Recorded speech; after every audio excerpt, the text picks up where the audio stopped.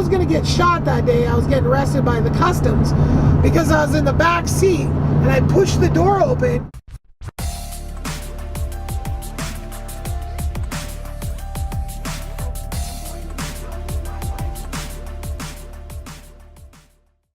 I'm gonna do a Freedom of Information Act on myself, and we're gonna really see some.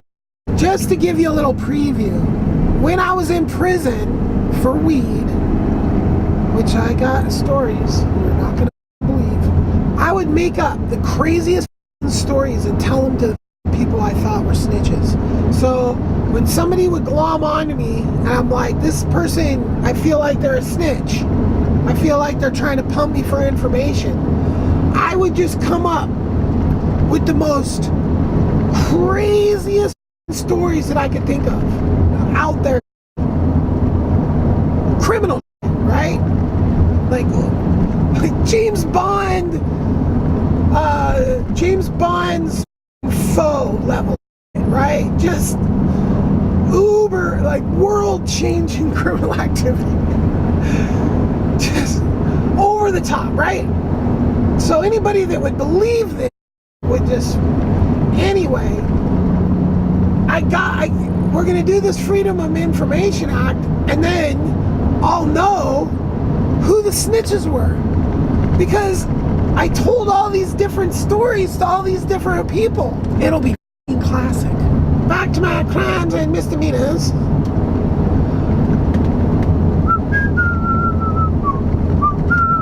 Yeah, so getting arrested by the Fedi people, and then I got arrested again. There's all these huge stories behind these, right? So the stories will come later. You know, this is just like my interactions with the police and what happened, and kind of trying to get my brain back into the storytelling mode after the incident. So I'm just kind of sparking a lot of memories here by telling it in this particular fashion rather than just telling every single thing chronologically and then in completion, right? So this story, I got detained by the Canadian Customs for bringing glass pipes into their country in a rifle case. I flew. But back then, it was like Canada was way more progressive on weed, BC in particular, and then they had this whole huge right-wing swing that then got, but now they've swung all the way back, big time, and now it's legal up there, winning. So I flew up there to go see the Beastie Boys with my buddy George. And George, I think, would love that I used his name. A little fat now. Yeah, I fat shame, okay? I'm a foul-mouthed person. George was skinny though, so he's not skinny anymore. He got pregnant daddy belly. So I go up to see my buddy George, and George is somebody that I like knew from junior high school, and then kind of like got reintroduced to later on somehow, and then like through somebody like, oh hey, oh that's right. So I was blowing glass, and the place where I had my glass studio, I don't really remember what the issue was completely, but I had to move my glass studio. I moved into this building through this dude that I know, and George lived there. It was like, holy, so random. And so it's just one of those, you know, moments, and now we're buddies and hanging out. because I was working in where he was living. He was living in this freaking loft. Yeah, a loft. So I took up a little part of the loft. He was already doing some with Canada. He was already like, because he was all in like the rave, dance, hip dance party kind of big time. He was from back in the day, like from junior high school. There was clubs in Portland, underage clubs for dancing, and I was all over that. So he had bad connections going up and down the whole. Anyway, he got hooked up and went up to Canada to grow weed. He was up there growing weed, and I went up there to go to BC Boys and hang out with him. And I took the glass pipes and got busted. They took them away from me and basically wrote me a note that said, you can be into Canada until, because I had a scheduled flight to leave. That is when you have to leave Canada, and don't expect to ever get let back in again.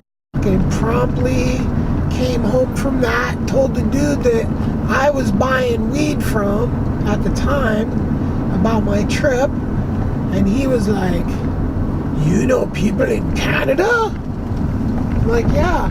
He's like, let's go. Huh? So we roll back up there, got denied by customs, so Canadian customs hasn't let me in, except for once. Now another time, this is, I kind of give a little background of the Canada thing, and then one time I was coming back from Canada via some raspberry bushes and got picked up by American customs for illegally crossing the border, or no, failing to report to the border. That was the deal. And that's a really good story. But my interaction with those cops was, some of them were crazy. One of them was sick of the bull, and he ran it down for us on what they had us on and how that whole law worked. So we were actually able to devise a story that got us out of any potential trouble. Because the law is that you can cross the border anywhere. Well, this is what the law was back in the day, back in the 90s. I don't know what post 9/11 is, but back in the day it was, you could cross the border anywhere you wanted as long as the first thing you did after you crossed the border was find a border crossing station and report that you had crossed the border. Okay. Well, the situation was this. They had arrested us before it was possible for us to have gone to a border crossing. So we basically just said, yeah, we were on our way to the border crossing. This is a really good story, by the way. That it's basically the cop that they stuck us in the back of the car with. Like, that cop was like, I'm about to retire. They just sent me up here to this border to chill for the last few months of my career. And this is nothing. He came from the Mexican border where people are shooting at the cops all the time. One of the funny quotes from this is, the cop rips open the door, all three of us are handcuffed in the back, and he yells, "Where's the dope? You've got night vision goggles." That's what he said. Just like that. He screamed it at us. And we're just all looking back and forth at each other, and we're like, we don't know what you're talking about. So then all this happened. Then the whole story takes place, but then the cops do some shit where they just ghost ride the BMW, literally. They just ghost. The cops gave us the car back by jumping out of it and letting it roll. I kid you not. Who does that? So that was another interaction with the fine boys in blue. And I'd say generally my reaction to cops is terror. Terror is like, because they could just kill you nowadays, and it, you know, like one cop killed one guy and is gone to jail. I mean, sure, yeah, haha, black people. That's f***ed up though. That is so f***ed up. I can't express how f***ed up I think it is that it's being normalized that cops just kill black people. Well, I think they kill more than just black people. I've been beat the f*** out of, been terrified. Like, I thought I was gonna get shot that day. I was getting arrested by the customs because I was in the back seat and I pushed the door open and I go to get out and the door comes back on me. And it's like, what do I do? Do I let the door hit my arm? Do I put my arm back in? I mean, at that moment, I was just like, they're gonna shoot me. I'm dead right now. They're just gonna shoot me because I'm pulling my arm back in the car to not get my arm slammed in the door. Like, that is literally everything that's going through my... Obviously, they didn't shoot me. But that's what I was thinking. And this was the 90s, you know. They didn't have the reputation as the fucking exterminator and assassins that they do nowadays. So, alright, now I had some more interactions.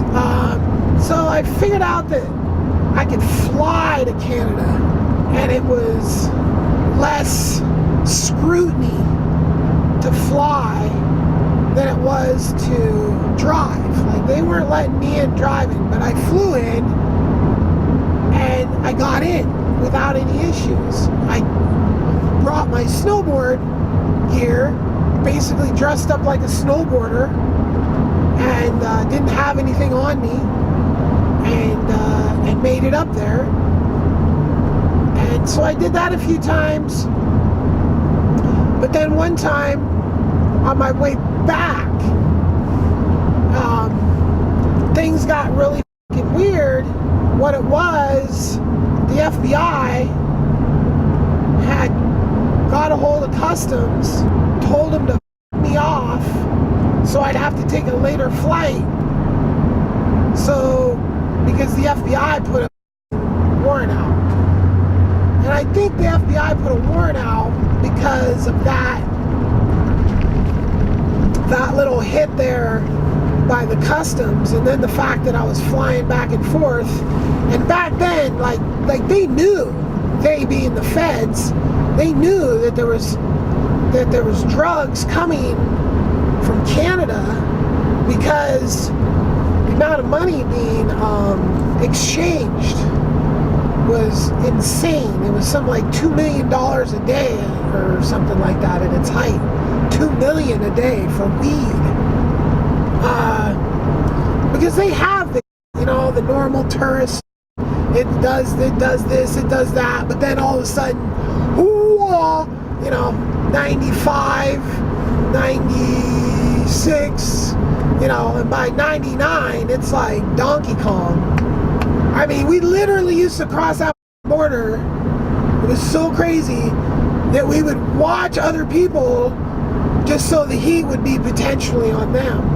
Okay, so the FBI had called it forward to the Canadian Customs to f*** me off my flight so they could arrange a SWAT team to grab me.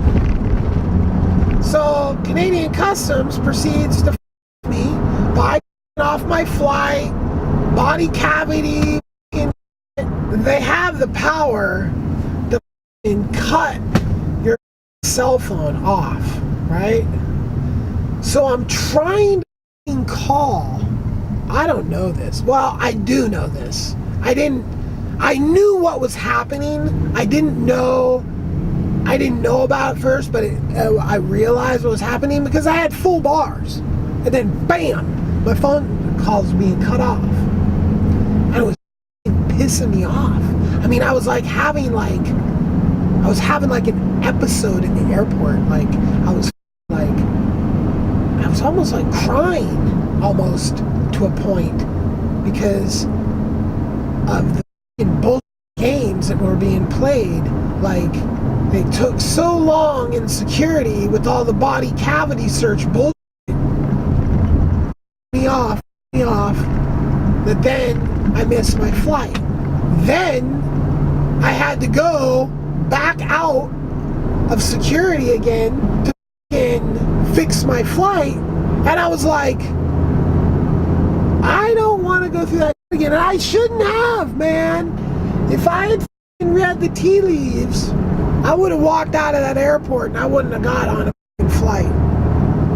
Because as soon as I hit Portland, SWAT was all over my head. Not really SWAT, but that's what the FBI agent arrested me, was bragging that his normal duty was SWAT team taking down bank robbers and blah blah blah, super badass. And I'm like, oh, well, I'm really honored that you felt that you needed to bring this kind of SWAT team to arrest me while I was getting off a plane when I obviously would never have any sort of weapons.